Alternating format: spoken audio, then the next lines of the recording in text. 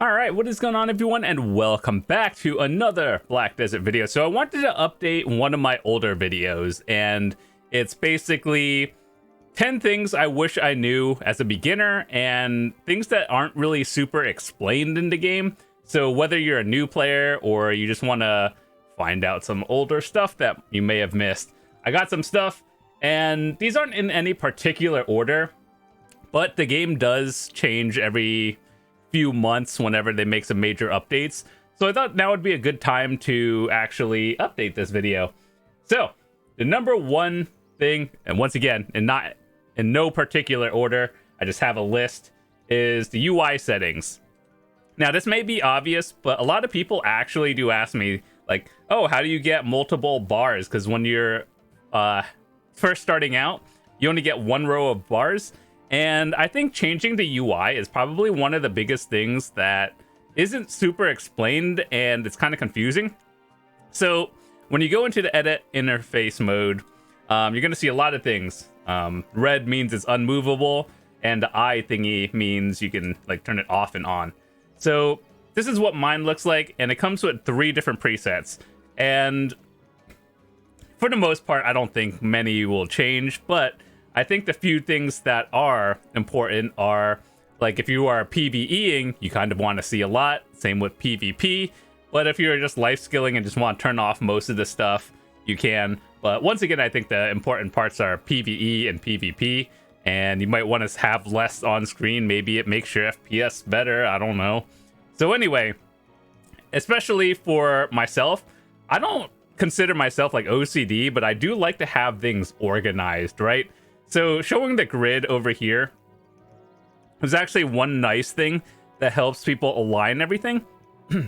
And so there's also another one right here where you can have like the old and new UI bar. So for example, if I turn that one up, let's save it on preset 1, for example. So you guys know when you first start the game now, the UI bar will look like this, or like your health bar.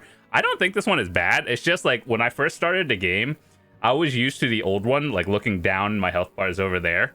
So if you don't want to see that and you are like an OG player, this is how you tell if someone has been playing the game for a while, because this one was the one you see at the very beginning. So if you watch my videos from 8 years ago, this is what I look at, whereas other people have the different one. It's really just personal preference. And the different UI bars is like auto align, can make the UI bigger and smaller. I personally think that if you have a monitor over 1080 and you're trying to, for the most part, make this a lot like different, it kind of looks blurry when obviously things scale differently. So always just try to keep it at 100. And you can have the auto align quick slots over here. So this also goes in together with your other settings, which I believe are separatable quick slots, right?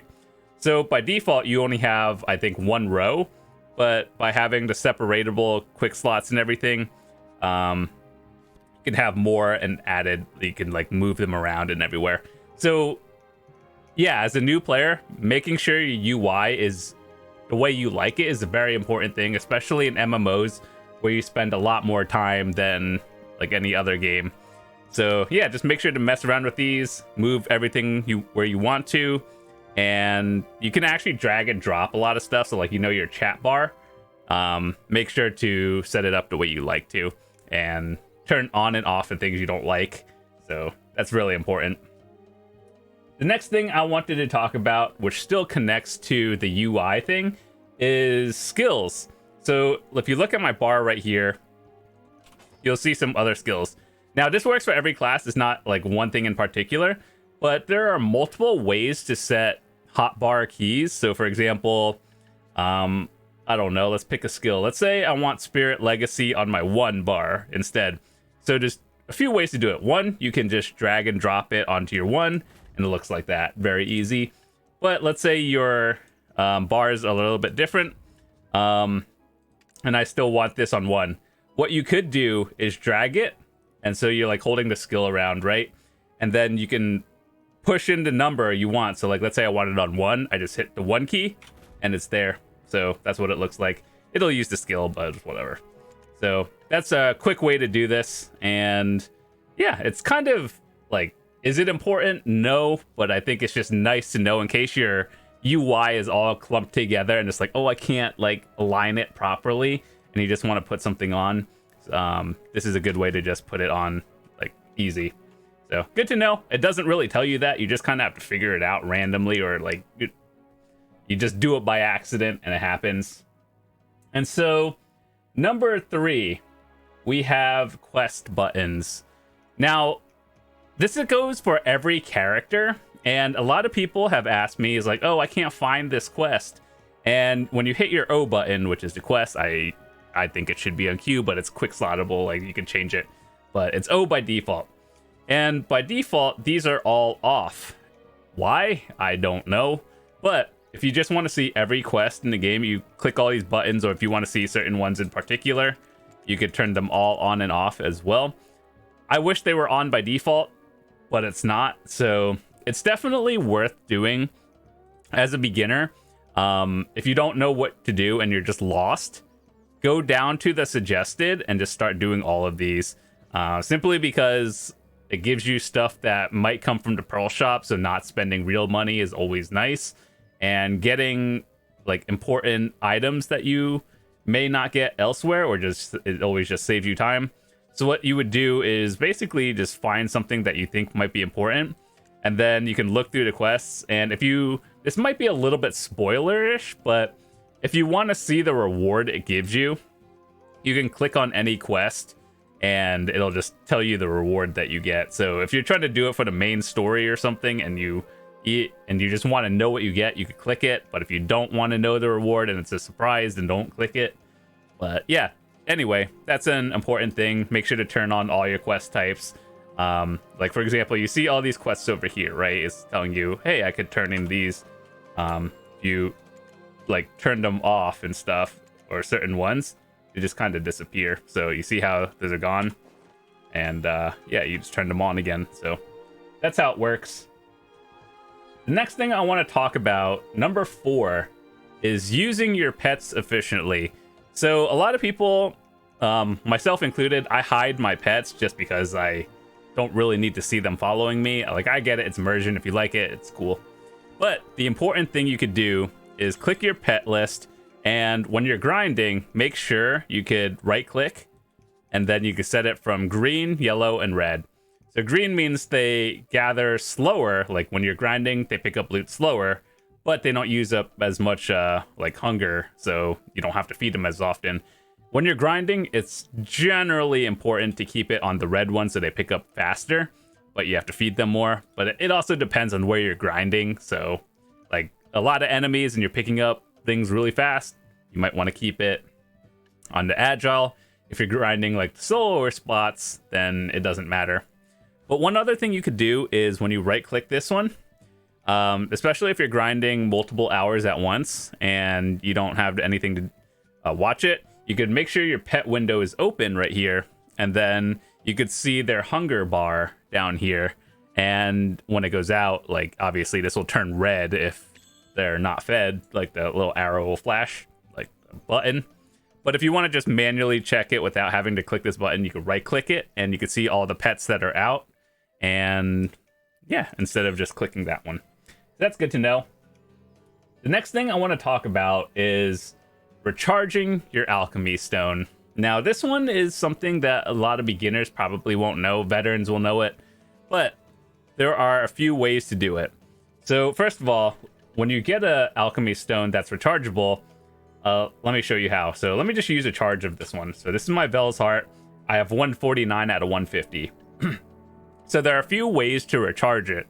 There are, one, the mystical spirit powder, and the other one would be down here. I think it is these thingies, the Vel's Fine powder.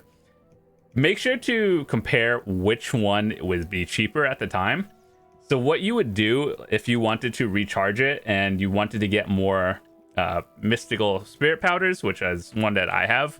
So I've grinded Polly's Forest. I have a bunch of these left over, so I don't mind wasting one to show you. So you would buy these off the market or grind for it, and what you would do is grind down one of these spirit stones. It doesn't have to be the life one, it could be the destruction or the protection one, as long as it's the spirit stone. And then you grind it. I do believe that if you have more durability, you have a chance to get more of the spirit powders on it. But once again, that could just be RNG. So as you saw, we just got 31 of these and you got more. So you can recharge it. So how do you actually recharge it? You hit this button right here. I know a lot of these things right here, people don't really look at. So you hit this recharge button and then you put your alchemy stone in and then you use these mystical powders and you recharge it to max again. And this also is the growth and everything. So let's say you are getting up into the end game and you want to try enhancing your alchemy stones yourself. You'd put the thing in here, like your alch stone, plus a certain material. Each alch stone is different, I believe. Get it to 100% and then grow it, and then you hit it with a black stone and hope for the best. So yeah, certain alchemy stones are rechargeable, and that's how you do it. So just keep in mind, just make sure to find out which one is cheaper to get. I do believe the spirit stones are slightly cheaper and more efficient than the Vel's powder thingy. So the one that you get from Vel would be here. So this thingy. I don't know. If you go to Vel, you just kind of have these, but if not, just buy the spirit stone. It's not a big deal. The next thing I want to talk about is node investment. This is actually a big thing that confused me as a newer player, and I didn't know how to do it for like probably the first few weeks or month of the game. And node investment and management. So let's just make this easier and not confusing. If you saw this map as a beginner, you're probably like, what in the world is this?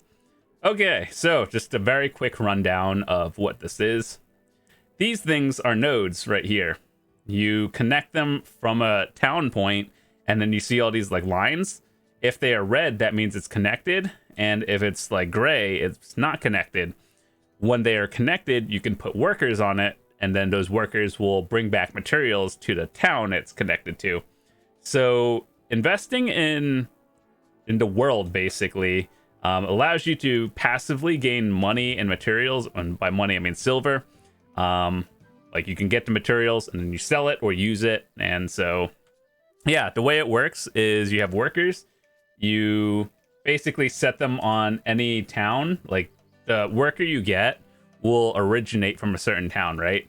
And so you want to put those workers from the town closest to the node they're from, simply because it reduces the amount of time that it takes to get the node like materials from point A to B, and you could cycle them over again. And so you do have to feed them quite often. And so I talked about in another video, how do you get a bunch of food to do and also get more contribution and stuff. And so I have like grilled bird meat, beer, and all that stuff. Basically you do cooking, and it's definitely worth doing early on, because even if you don't have a lot of contribution points, starting your like node empire and starting to get passive income in this game early on is always an important thing. And it's like you kind of just set it to work and then you forget about it for a while. And so I think that's definitely important. So I do have a video on my entire node setup from like every region for everything. So if you want to watch a detailed video of that, I have it, and you can just find it on the channel. And I explain every node I have and why I have them, and I try to point out the important ones.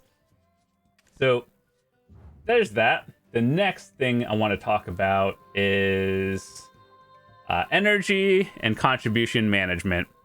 So this is your energy, this is your contribution points.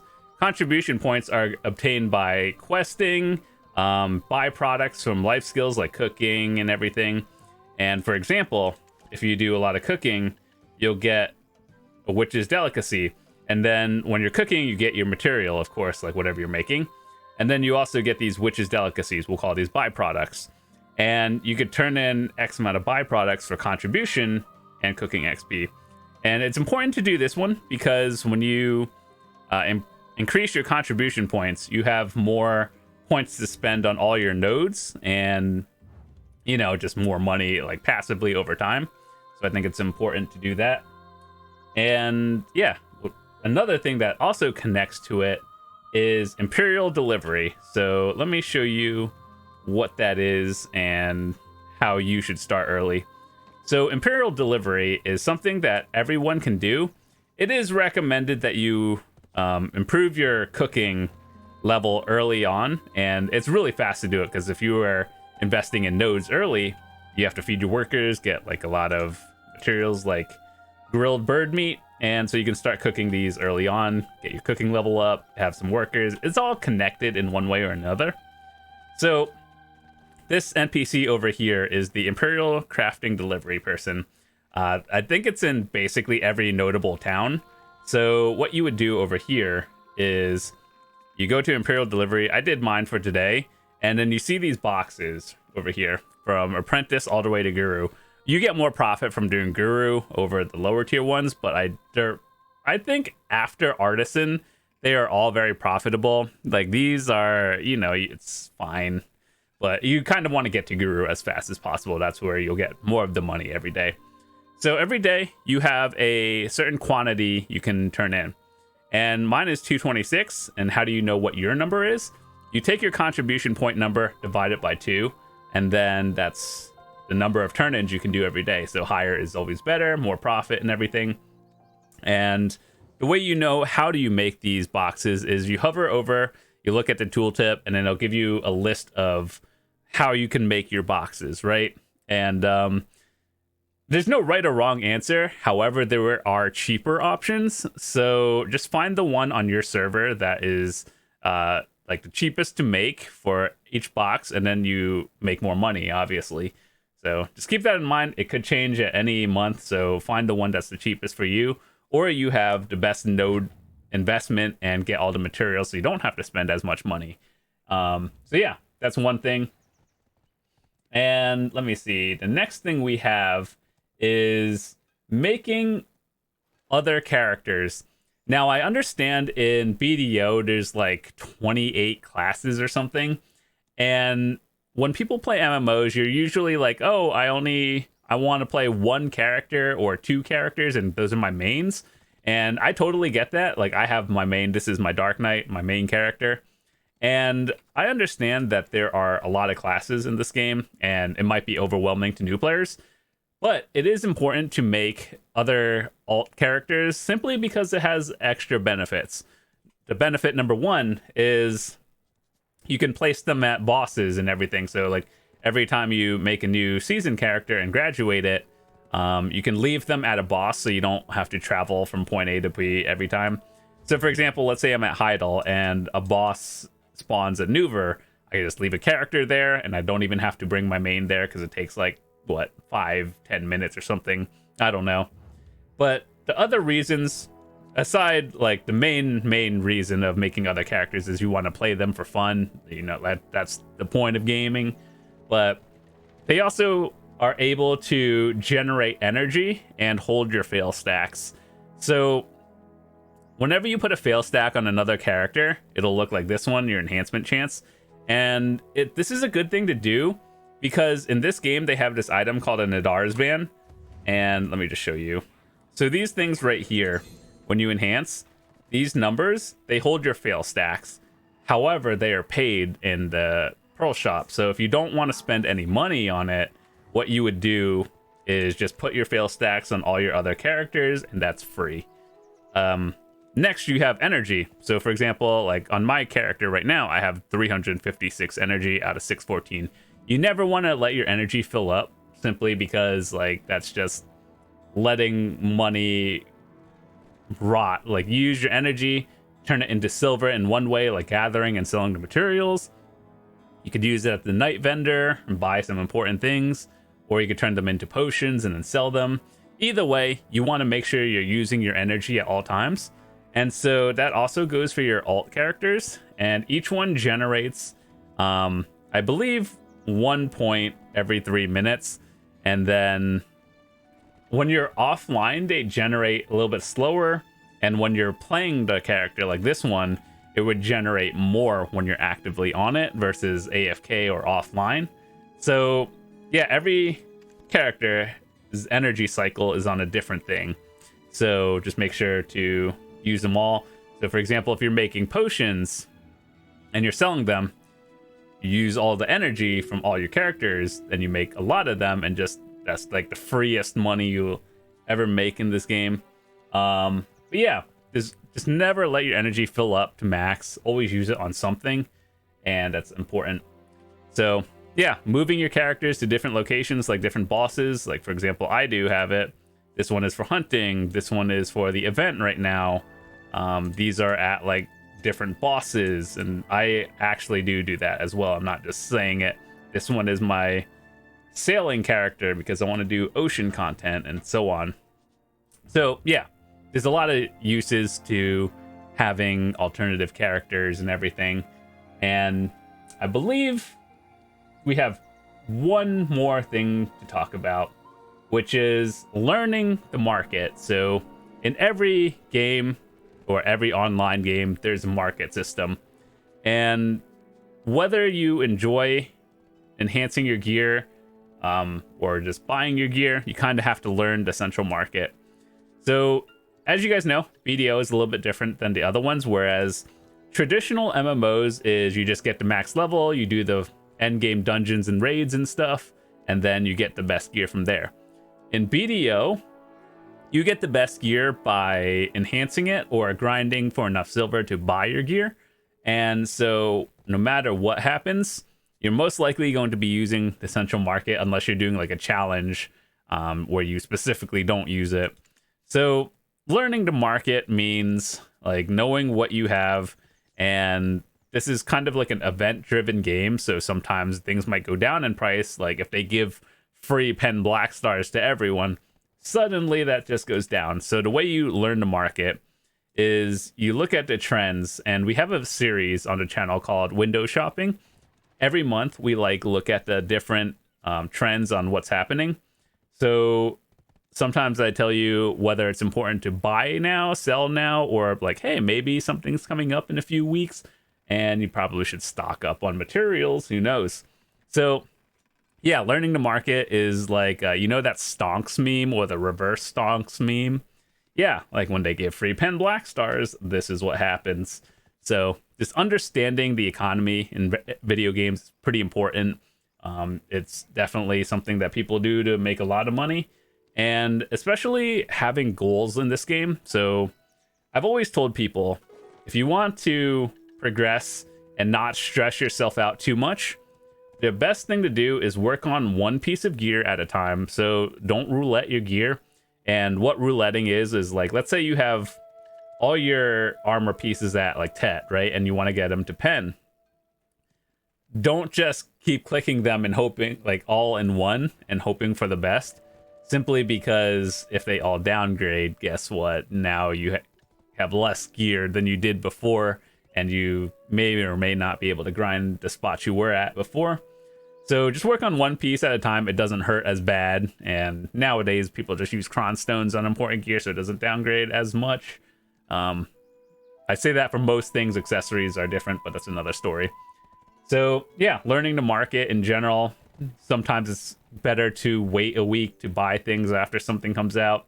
I think the best thing I could do is if you are trying to get an item and it's like, let's say it's coming out next week, right? Try not to buy the item the first week. Like, yes, I understand that, oh, I gotta have the best gear on day one. Trust me, I get that. But let all the veteran players get it first, and then usually when items come out later, the price goes down. That's just across the board, even real life things. So unless you're like very competitive and you're actually going to use the new gear on day one, it's not that important realistically. And I say this as an endgame player who absolutely tries to get some of the best things on day one. But like over time, you start to realize, like, is it that important? It's nice to have, but do you really need it, kind of thing. So anyway, with that said, those are some things that I wanted to talk about. Yeah, hopefully you guys learned some stuff that I wish I knew in the beginning. but I've been playing this game for 8 years since it came out on the NA and EU servers in 2016. So I like to share all the knowledge that I've gotten throughout the game just with all of you guys. So whether you're a new player, returning player, or someone who's just looking to get better at this game, I make videos for you. So I'd love to see you come back and hit that subscribe button, and I will see you tomorrow. Peace.